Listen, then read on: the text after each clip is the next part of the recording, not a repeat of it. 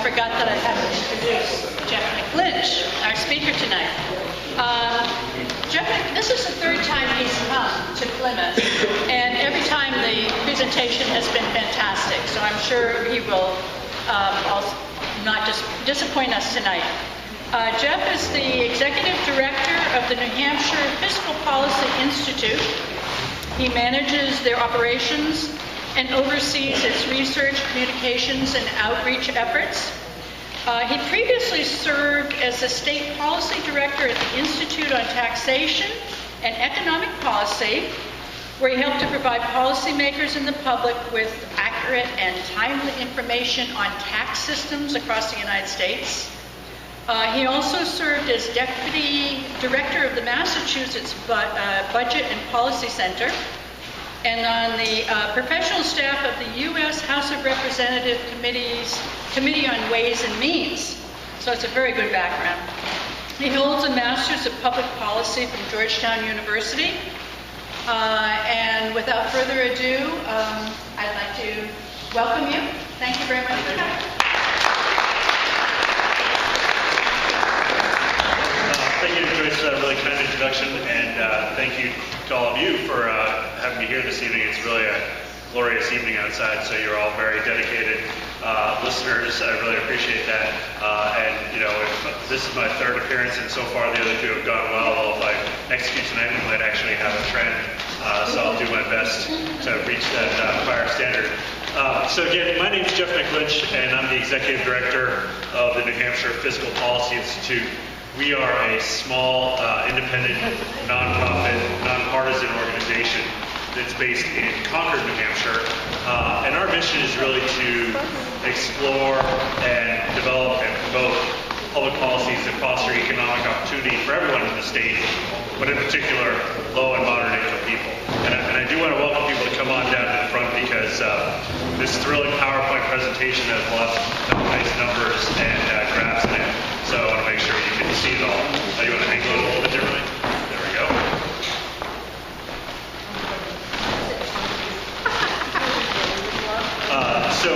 NHFPI, a lot of the work that we do, whoops.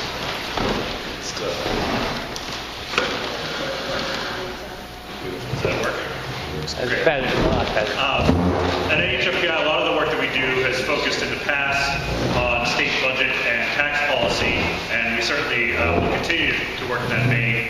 But over the course of the past year, we've done a lot of work on the minimum wage here in New Hampshire, and Joyce asked me to speak a little bit about that tonight, because it's certainly been in the news at the national level and in many, many states, not just New Hampshire. There have been a number of states, as we'll talk about, that have already moved forward. And so that's one aspect of our work. We've also been doing quite a bit of research and analysis around the opportunity New Hampshire had to expand its Medicaid program. And as I'm sure you're well aware, they seized that opportunity in March of this year, and the implementation is now underway. If you'd like to learn more about our organization and the work that we do, all of our publications are available for free at our website, which is nhfpi.org. We also try to make use of social media, Facebook and Twitter. You can follow us there. Our Twitter handle is @NHFPI, and we have a blog called Common Sense, and you can subscribe via our website. Also, my contact information is here, so if you have any questions following the presentation, I'd be more than happy to try to answer them. So I thought what I'd try to do tonight is give you a little bit of background about minimum wages in the states, some trends in New Hampshire that are of relevance today, and then look at what a higher minimum wage in New Hampshire might mean for working people in the state. So why don't we just jump right in. At the start of the year, as I think everyone knows, the current federal minimum wage is $7.25 per hour. Obviously, the president has put forward a proposal that would take that to $10.10 per hour over time, but given that he can't simply dictate that, it has to go through Congress, it's been slowed down a little bit. So in the absence of federal action, many states have their own higher minimum wages. In fact, at the start of this year, there were 21 states that had minimum wages in excess of that federal standard, the highest being Washington State at $9.32 per hour, and really kind of concentrated in the Northeast, the West, and a little bit of the upper Midwest. And as of the start of the year, there were 13 states that were seeing increases in their minimum wages, in part because statutory changes, for instance, New Jersey, in its election last fall, via ballot initiative, increased its minimum wage to $8 per hour. But there are also a number of states, as I'll talk about in a minute, that automatically adjust their minimum wages each year for inflation. And again, coming into this year, it was shaping up that California was going to have the highest minimum wage at $10 per hour. And if we move on to the next slide, as I mentioned, one of the key sort of phenomenon associated with the minimum wage is the impact that inflation has on it over time. So that if the federal government or the states are not regularly updating the minimum wage, inflation is going to eat away at its real purchasing power. Close to a dozen states have now taken steps to protect the minimum wage against inflation and automatically adjust it for inflation each year. So that, say for instance, in the case of Washington State, which was the first one to do this, in roundabout September or October, the Secretary of Labor or the relevant state official will calculate what the cost of living increase has been based on the consumer price index, and will apply it to their state's minimum wage. That January 1, that's usually the practice in most states, it'll go up by say 8 cents or 9 cents or 10 cents an hour, depending on what inflation has been doing. New Jersey was the most recent adopter of this in 2013. I think it's interesting to note that most states that now use this approach have done so via ballot initiative rather than the regular legislative process. Obviously, as I'm sure you all appreciate, that's not an option here in New Hampshire. We don't have that sort of tool, direct democracy. So if we were ever to do that, we would need to go through the normal legislative process. As I suggested at the outset, though, this is by no means a static situation. 6 states have, if we go on to the next slide, 6 states this year have already acted to increase their minimum wages. They are Minnesota, West Virginia, Maryland, Delaware, Connecticut, which already had a pretty high minimum wage, and most recently Hawaii. All of them will go well in excess of $7.25. Delaware and West Virginia will keep it in the $8 range. Minnesota is going to go to $9.50. The 3 states, Connecticut, Hawaii, and Maryland, will all go to the 10-10 standard that the president has proposed. There is waiting in the wings, however, what will soon be the new highest minimum wage. Our neighbor Vermont has legislation soon to be signed by the governor that will over time take its minimum wage to $10.50 per hour. So they'll by, I think it's 2018 that it's going to get phased in, they'll have the highest minimum wage in the nation. So that sort of geographic overview gives you an idea of one way in which the minimum wage in New Hampshire comes up short. And if we go to the next slide, what you'll see is, by virtue of the fact that we are currently pegged to the federal minimum wage of $7.25, we already have the lowest minimum wage in the region. The next closest is Maine at $7.50 an hour. And this situation is only going to get worse over time. As I mentioned, Connecticut and Vermont were already ahead of us. They've both adopted legislation that's going to move it further along the spectrum. Massachusetts has a bill pending in its legislature that would go to either $10.50 an hour or $11 per hour. And even Maine, which is our next closest rival, came within 7 votes of overriding Governor LePage's veto last summer to go to $9 per hour. So there's certainly interest there as well. So I think there are a couple of key ways in which we do come up short. This sort of geographic comparison is the first one. One that's more, I think, a little more relevant, though, is what we'll see on the next slide. The minimum wage is well below what it used to be in real terms. So here in 2014, it's worth $7.25 per hour. Rewind about 3.5 decades to 1979. In terms of real purchasing power, what you could get for 1 hour of work, it was worth $9.47. So in 3.5 decades, we've lost over $2 an hour in real purchasing power. Stop and think for a minute what that means about what that says about the state of our economy or the state of our society. If someone who are in similar situations today, still working an hour, ends up $2 per hour behind.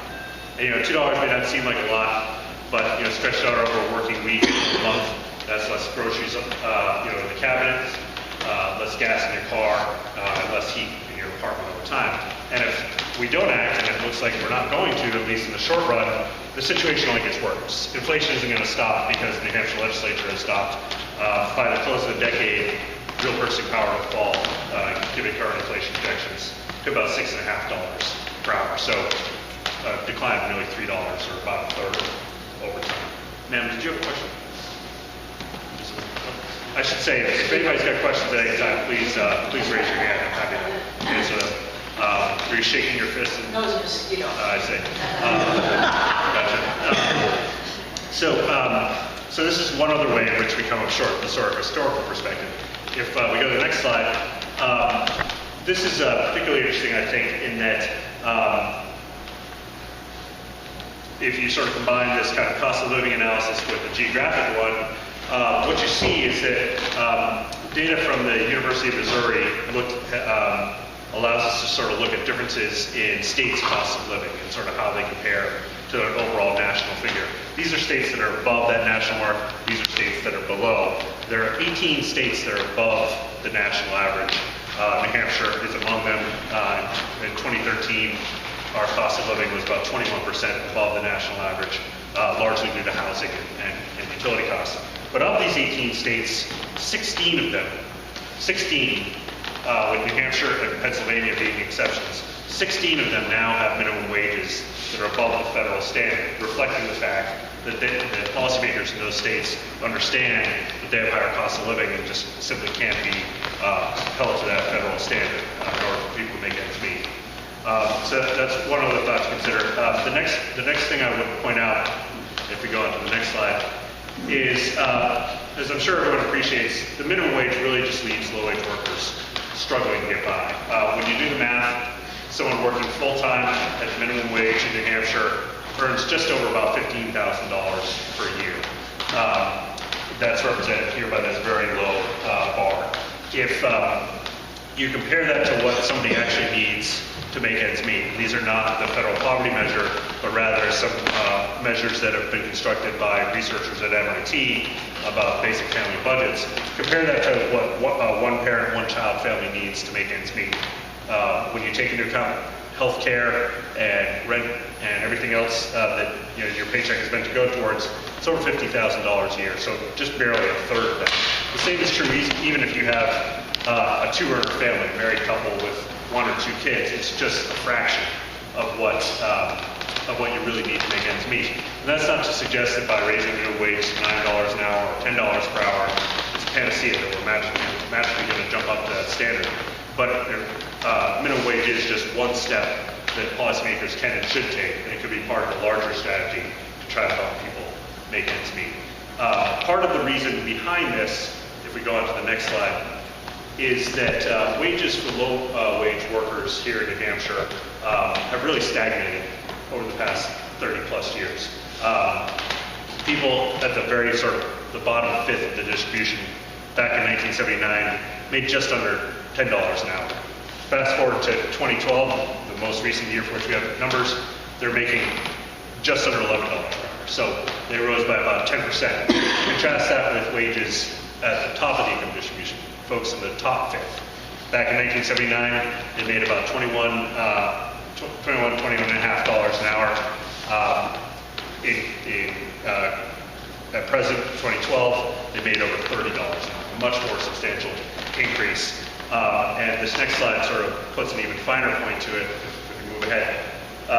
The most recent research that's been done on this subject on a state-by-state basis by a couple of researchers associated with the Economic Policy Institute, they looked at total income gains since the close of the recession and how they've been distributed among earners in the states.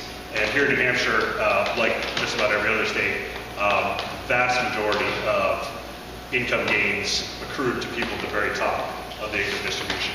The top 1% of earners in New Hampshire realized 83% of that total gain in the last 2 years. People in the bottom 99%, just 17% overall. And so the minimum wage is, researchers have kind of looked at this question. There's a researcher by the name of Aaron Dubay, who's with the University of Massachusetts, who's written extensively on this subject. And one of the things that he's found is that stagnant minimum wages at both the state and federal levels have really contributed to some degree in the extent of income inequality that if you had kept it up with inflation or indexed it to productivity or taken some other measure, that to some degree that growing gap would have been ameliorated. So moving forward, it's one tool that we can use. So with that context in mind, a bill was put forward this year by Representative Sally Kelly of Chichester. She's the vice chair of the Labor Committee. And it would have done a couple things. First, it would have provided for a modest and gradual increase in the minimum wage. It would have taken it to $9 per hour by January 1 of 2016. And then it would have made sure that that increase was sustained. It would have indexed it to inflation beginning in January 1, 2017. So we would have joined the other roughly dozen states that use that approach to indexing the minimum wage. Unfortunately, while that bill passed the House in relatively bipartisan fashion, it was stopped in the Senate on May 8th, about 2 weeks ago, on a party line vote, 11 to 13. So the issue by no means it's certainly still relevant. I think it's going to be something that people will be talking about for some time, but it seems that for this legislative cycle at least, that it's kind of a resolved issue. But just to give you some idea of sort of what that change would have meant had it become law, if we go on to the next slide. If you were to take New Hampshire's minimum wage to $9 per hour, you would directly increase the pay of just under 48,000 workers in the state. This is anybody who is now earning less than $9 per hour. In addition, you would indirectly raise the wages of about another 28,000 workers. These are folks who are just over $9 per hour now, who, because of sort of internal wage structures at different businesses or because of contracts or what have you, they're going to see their wages rise as well. So all up, about 76,000 workers, or 12% of the state's workforce. This would have provided an average raise of about $1,200 per year for directly affected workers, and would have paid out an additional $64 million in total wages in the state over the next 2 years. And we'll talk about sort of the economic consequences of that in a second. It would have also lifted the earnings of nearly 11,000 parents whose families include 21,000 kids. Yes, ma'am. One of the complaints about this is it would destroy businesses or shut down businesses. And to my knowledge, you spoke to the Senate and or the House of the To both, yes. organization. Yep. So I'm sure you've heard some of that. I don't understand that rationale, how it could destroy businesses. Sure, we're going to talk about that in just a second. Okay. Just because we have heard it before, and sort of make sure everybody knows the information on that. So just as important as sort of the numbers of people who would be affected, I think are the sort of is the demographic makeup of who would be affected. And in these next set of slides, we can see that a little bit more. Of the 76,000 people that would have benefited from a higher minimum wage, the majority are women. About 3 out of 5 are women. If we go on to the next slide, what we see is the vast majority are adults as well. 72% of the people who would have been affected by a higher minimum wage are adults over the age of 20. It's not teens working on the weekends or saving up to buy an iPad. It's people with real wage responsibilities in their families. If we go on to the next one, and nothing against teens working hard to make ends meet, but that's sort of one of the other sort of arguments that we heard during the debate. The other aspect of it is that a very large segment of those who would be affected currently work full-time. About a third work 35 or more hours per week, and about another third, or close to 40%, work at least half-time. So most of the people who would be affected do have a pretty substantial attachment to the labor force. If we go on to the next one.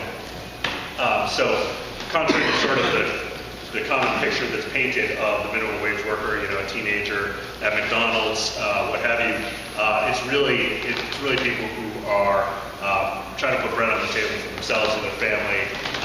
They're adults, they're women, they're close to most are working at least half time. So that's just sort of two contrasting visions of who's affected. The other thing I want to point out, if we go on to the next one after that, is the industries that would be affected by a higher minimum wage are really concentrated in 2 areas. In retail, about a third of the workers who would be affected work in retail, and just over a quarter work in leisure and hospitality. And this, so you did hear quite a bit of pushback from representatives of those two industries, in particular the Restaurant Association voiced its opposition to the bill. But part of the reason I highlight this is to that question about sort of the impact on businesses and more to the point, jobs. A lot of what we hear traditionally about the minimum wage is that, it's a job killer. As soon as you raise the price of labor, you're going to get less of it. Well, I think it's important to consider that for the most part, where these jobs are located are in industries and businesses that are not going to relocate because they're here for the market. They're here for the tourist industry. They're here because there's a retail market, and we're not going to. We as consumers are not all of a sudden going to, start spending our tourism dollars elsewhere. We're going to continue to be here in New Hampshire. And so, to the point you raised, ma'am, about the employment question, if we want to move on. One other aspect of this is sort of a geographic one.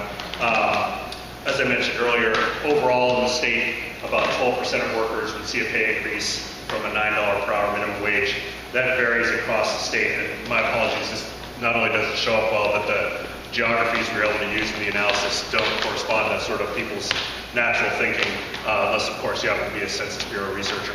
The Census Bureau uses this geography that it calls PUMA for short, Public Use Microdata Area. The relevance for this conversation anyway is they sort of think of northern New Hampshire as both Coos and Grafton counties, and that's actually one of the areas where you see a disproportionately larger impact from the higher minimum wage increase. About 14% of the area's workforce would see a pay increase from a $9 minimum wage, or about somewhat over 7,500 workers.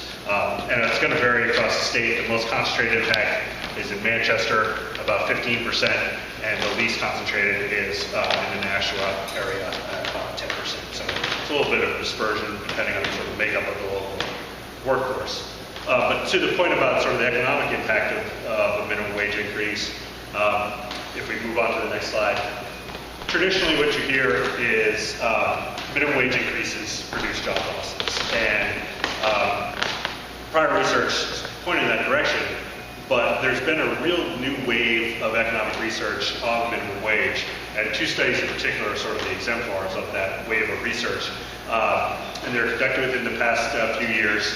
And they used a really innovative approach in which they looked at bordering counties across the United States that had different minimum wages. So to take a local example, they would look at Rockingham County here in New Hampshire, and I guess it's Essex County in Massachusetts, and sort of not only would they compare the minimum wages in Massachusetts in those two counties, but they would also account for the regional economy, because as I'm sure everyone appreciates, economies don't stop at state lines. We have a shared economy, at least in the southern part of New Hampshire, with the northern part of Massachusetts. We have a shared economy along the Maine and Vermont borders, and so they tried to account for that kind of regional variation. And so they looked back over about 20 years, and they looked at 800 contiguous counties. And this really very comprehensive study arrived at a very clear conclusion, and I'll cite it here. Our estimates suggest no detectable employment losses from the kind of minimum wage increases that we have seen in the United States. And particularly telling is the fact that they really focused in on those industries, restaurants and hotels and so forth, where you see a preponderance of minimum wage workers. And so building on that research, a study about a year later used the same sort of methodology but focused in on teens. To the point that was often raised during this debate that, well, we're going to deny teens opportunities, their foot in the door, and so forth. To quote that study, our findings indicate that minimum wage increases in the range that have been implemented in the United States do not reduce employment among teens. And just to sort of build upon that, in the next slide, earlier this year, about 70 national economists, including 7 Nobel Prize winners, wrote to the President of the United States and the leadership of Congress, citing this research. And they say, the weight of evidence now shows the increase in minimum wage have had little or no negative effect on the employment of minimum wage workers, even during times of weakness in the labor market.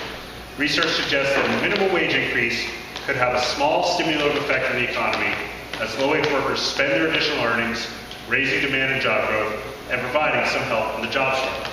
And so to people who have heard time and again that a minimum wage don't lead to lower employment, these sort of findings sound counterintuitive, but if you stop and think about the various ways in which employers could respond to this change, it becomes a little more clear. So if the minimum wage were increased, yes, total labor costs would go up, but a lot of other things would happen as well. Chief among them is that, as I mentioned, $64 million in additional wages are going to be paid out into the New Hampshire economy.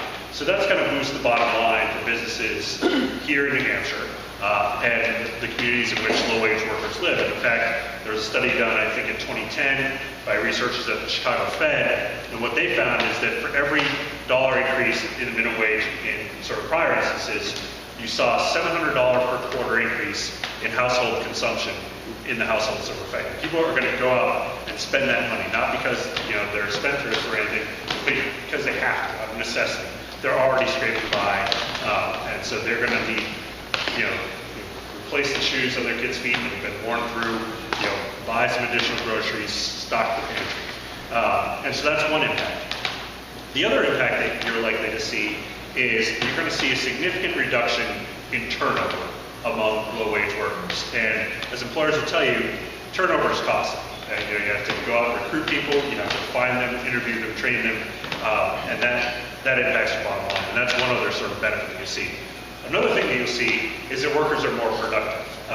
There's been some academic research on this subject, but who needs pointy-headed economists? Listen to business people. And on this next slide here, the Gap garnered a little bit of attention earlier this year when it said it was going to start paying people at minimum $10 per hour next year. And the rationale that their CEO offered was that our decision to invest in frontline employees will directly support our business and is one that we expect to deliver a return many times over. We have very good people today, but to attract and retain the best talent we have to make sure we invest in. But to attract and retain the best talent, we have to make sure we invest in them. And that view is shared by the CEO of Costco as well, and he puts it rather well in this next slide here. At Costco, we know that paying employees good wages makes good sense for business. We pay a starting hourly wage of $11.50 in all states where we do business. Instead of minimizing wages, we know it's a lot more profitable in the long term to minimize employee turnover and maximize employee productivity, commitment, and loyalty. And so businesses realize sort of that there are real gains to pay people a better wage over time. And at a more macro level, I mentioned right at the outset that Washington State now has the highest minimum wage in the nation and was the first to index its minimum wage to. It has the highest wage in the nation and indexes its wage to inflation. Sorry, it's been a little bit of a long day. And so Bloomberg News earlier this year found a really interesting result. If we go to the next slide here, what they demonstrated in their reporting was that, I'll just read you this here. When Washington residents voted in 1998 to raise the state's minimum wage and link it to the cost of living, opponents warned the measure would be a job killer. The prediction hasn't been borne out.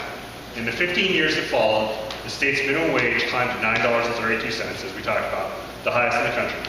While job growth continued at an average 0.8% annual pace, that was 0.3 percentage points above the national rate. So despite the claims of people that it would be an impediment to economic growth, Washington, at least from an employment perspective, grew faster than the national average, even with the alleged weight of a higher minimum wage holding it back. So that's sort of some of the economic and business case for the minimum wage. And whether it's just a simple sense of economic justice or an understanding of the potential economic benefits, the minimum wage did enjoy, or a higher minimum wage does enjoy, pretty robust support among the public in New Hampshire. And I'll just close on this point with this final slide.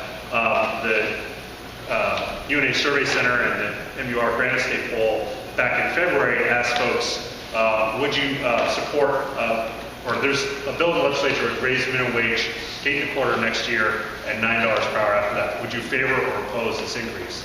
And there was resounding support for the change. Overall, I believe it was 72% of folks said they would support it, with close to 90% of Democrats 70% of independents and 64% of Republicans all espousing support for that change. So when you stop and talk to people on the street, they get it.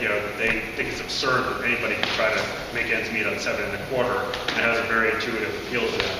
I think just out of a sense of fairness, but also an understanding of the economics. So I'll close there, and I'm happy to answer any questions that you might have. I have a question.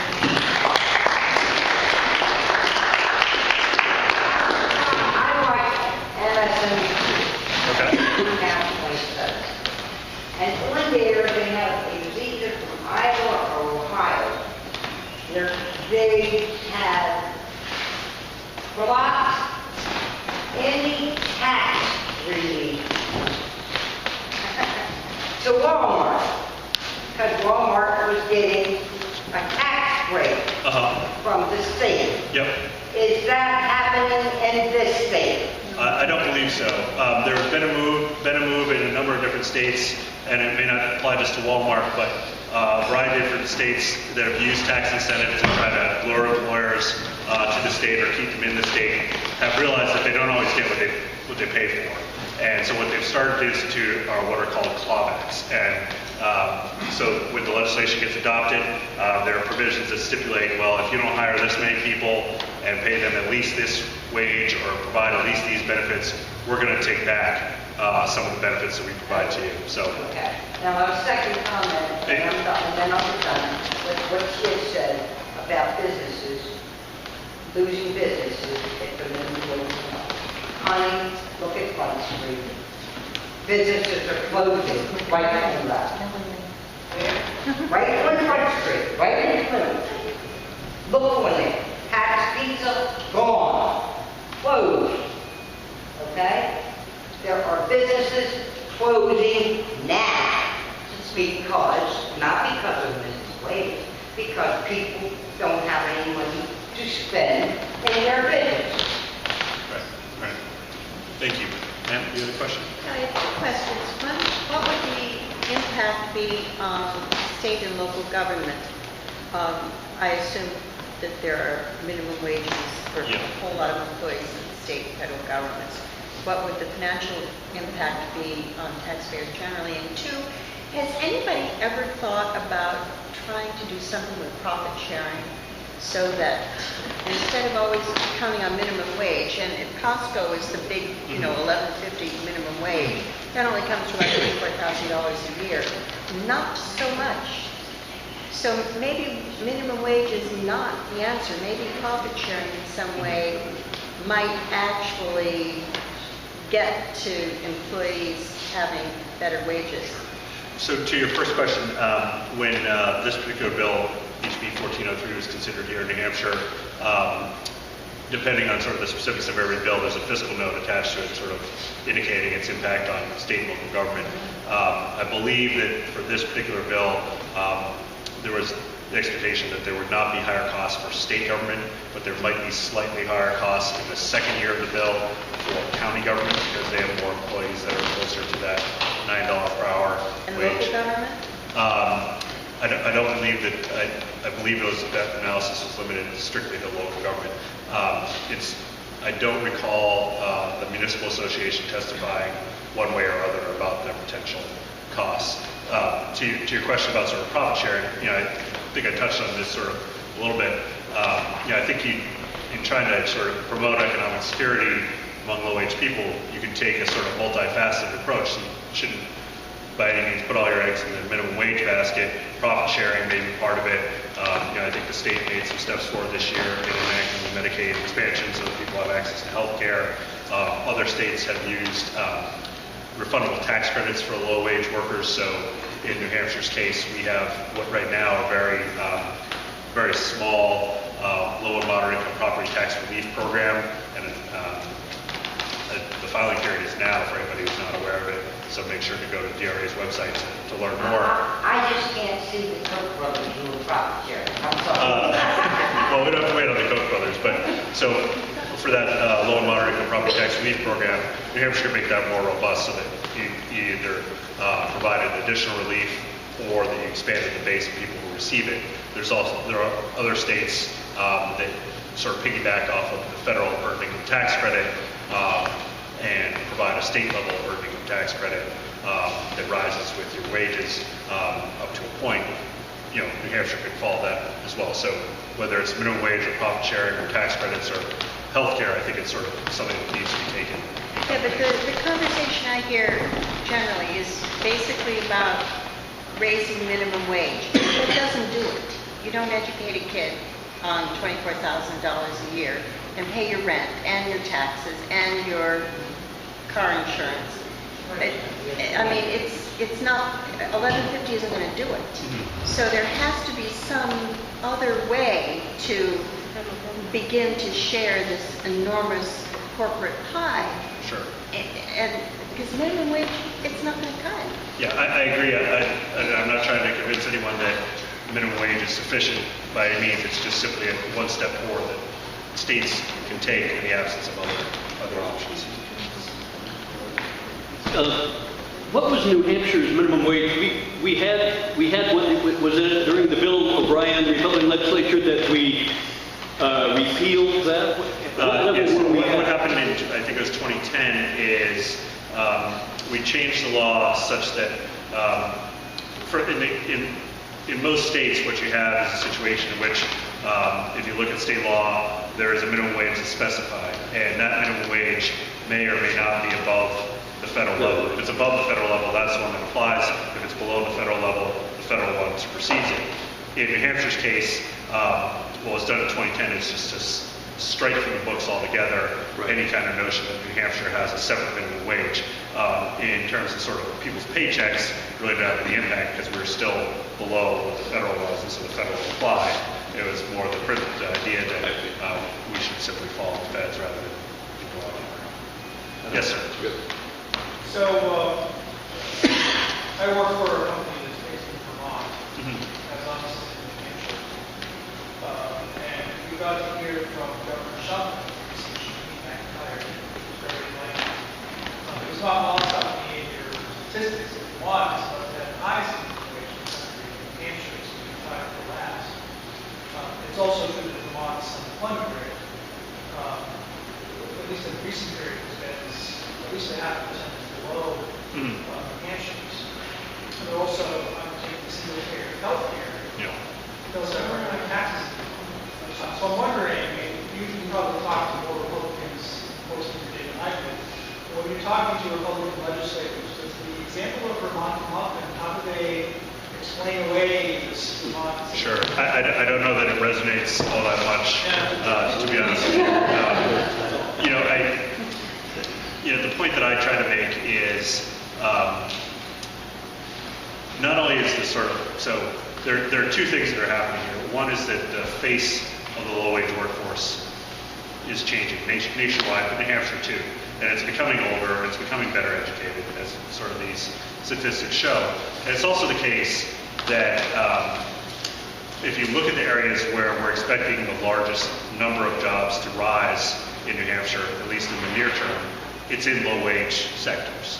And while we should try to, as sort of an overall strategy for the state, to shape the economy in such a way that it's better-paying jobs that are growing, we need to recognize the reality that it's low-wage jobs that are growing, and the people that hold them are not teens any longer. And to me, minimum wage is part of that recognition. And I think a state like Vermont, while it's had lower unemployment, I don't think it's immune to sort of the growth in service sector industry and lower paying jobs. They just happen to sort of take steps to respond to that. Yes, ma'am. Do you have any idea of the percentage of businesses or restaurants, et cetera, that might pay over the minimum wage to New Hampshire? Sure, that's a good question. This is something that came up a lot, and unfortunately I don't have a really great answer for that. The research that's been done at the national level suggests that the principal employers of low-wage workers are large corporations. About 2/3 of the low-wage workforce are employed by very very large companies like your Walmarts and so forth. And so, I think by and large, New Hampshire businesses are doing right by their employees, but it's some folks that may have greater capacity, ironically, to pass those costs along to consumers because they operate in a national market that are still paying their employees so well.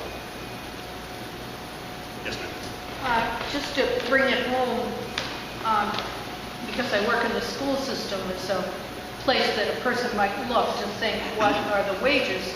And because the staff, not the teaching staff, but the other staff are organized, they have the ability to negotiate salaries. It's the workers in the lunchroom that are the ones that are getting stiff. And that's because it's like a franchise. They franchise it out and then they don't pay any, I don't think they pay any attention to what those people get. And I noticed that there are fewer people doing more jobs. And that's where we, as an area, ought to be paying attention. This is what our schools are doing to keep costs down. And it's tragic when you have people that have been working there as long as I've been there, 20 years, and I don't suppose that the people are getting much more than $10 an hour. Are there other questions I could try to answer? Yes, sir. Well, just a comment, which is obvious to everybody here, but I mean, when you look at the slide that you showed of the popularity, Republicans, Democrats, Independents, Yep. it just bears repeating. It seems to me that's just a winning issue if you continue to confront people with the studies, many of which you've cited here, that it is simply a myth that this is a job killer. If the experience is not that. And I mean, that sounds like a good repeated thing to be mentioning in letters to the editor and so forth. I may have mentioned it a few It doesn't times. sound like you can lose on that. I mean, I think, and it's a good thing to remind the 13 senators in New Hampshire that they're voting because of an ideological blinders or the party line, which is at odds with the Republican voters that they claim to represent. And I think we're probably just too silent on that. I mean, this is, you don't find very many issues where you have that level of support across the board. So I think people should remind everyone at every opportunity. I agree. And we've tried to do that, as I sort of said, we sort of include that in our testimony. Yeah. Tried to get that word out in newspapers and letters to the editor and encouragement. So, yes, sir. I've been emailed talking about the tip wages for restaurant workers, Yep. like $2 or something. Yep. How would the raising the minimum wage affect those people? Sure. So this is an issue that also varies from state to state. And So, the yeah. So for folks that are familiar with this issue, if you yourself are a tipped employee, you get tips, or you're an employer of tipped employees, you are allowed to pay those employees less than the minimum wage, just so long as their total wages, what you get paid plus what you receive in tips, works out to at least the minimum wage. And so in New Hampshire, at the federal level, that tipped minimum is $2.13 an hour. Here in New Hampshire, it's 40% of the current minimum wage, 40 or 45%, excuse me. And so 40 or 45% of the current minimum wage. So the bill that was proposed would have gone to $9 per hour. It would have brought the tipped wage up along with it, but it's by no means close to the actual minimum wage. And this is another area where, unfortunately, there isn't a lot of great hard research because of the nature of that workforce. And so it's really hard to say. You heard from restaurant industry representatives saying, we've got some tipped employees that are clearing $16 or $20 or $22 an hour. That may be true at sort of higher end restaurants in Manchester or on the seacoast, but the most reliable national research on the subject suggests that tipped employees have poverty rates that are twice as high as other low-wage workers, and servers in particular have poverty rates that are 3 times as high. So it may be the case that there are some, Hanover Street Chop House, their waiters and waitresses get pretty good tips, but at diners around the state, they might not be, and it's really going to vary. So that's part of the reason why you want to make sure that the tipped wage comes up along with the regular minimum wage. I should also point out that as states enact higher minimum wages, what we've seen in this latest wave of action is that there are more states that are doing away altogether with the notion of a sub-minimum wage, that tipped employees would get the same minimum wage as everybody else. Like, for instance, Hawaii, the bill that they passed, it goes to 10-10 for everybody, also goes to 10-10 for tipped employees unless those employees make, I think, in excess of $18 per hour, and only then do employers get some kind of discount. So that wouldn't affect what you were talking about earlier, the companies not moving towards the head. Yeah, I mean, you would see some higher wages paid out by restaurants and so forth, but I think one thing to also consider is that just last year, those same employers were given a tax break on their business enterprise tax for these tipped employees. They no longer have to count those tips as wages when they calculate the taxes they owe, so it helps to offset the impact. Yes, sir. Oftentimes, it's those who would benefit the most from an increase in the minimum wage who actually are voting against their own best interests. I'm thinking of the work that Tommy Franks has done out in Kansas, where people continue to vote for those who are either going to cut the minimum wage or vote against it, or all the way down the line, any benefit. And it's curious that people who would benefit the most are voting for those who are really sticking into them. I mean, I think in this current debate, there was quite a bit of testimony from folks who would be affected by it, and it was resoundingly in favor, so that's certainly encouraging. And as this gentleman pointed out, you see very large support among the public, so that has to include some segment of the low-wage workforce. So my hope is that people will understand sort of what that means. I know one thing, we all of us, I've been Republican, doesn't have anything. Need to look into treaties that are big. It's TPP, because it's including one country, Vietnam, where the wages there are 28 cents an hour.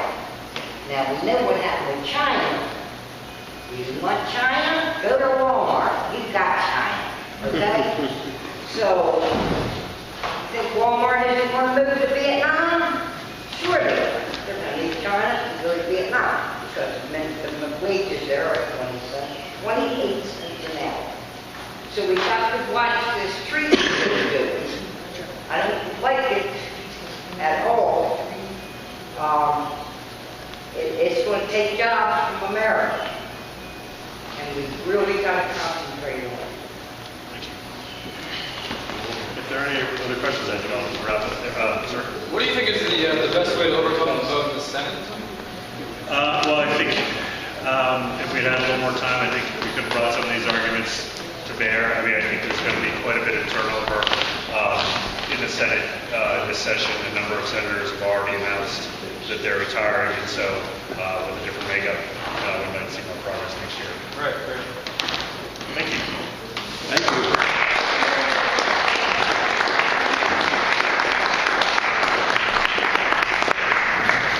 We will be, thank you very much, Mr. McLynch. Thank you. We will be putting his PowerPoint presentation on a couple of spots on our own website and also on, I'm sorry, I'm having a senior moment. My website, yeah. Yes, which is what? What's your website? You're having webedge.webege.com. Okay. And you have a link to my website on your website. Exactly. Okay. Thank you very much. And I hope to see everybody at the June meeting. Thank you. Thank you.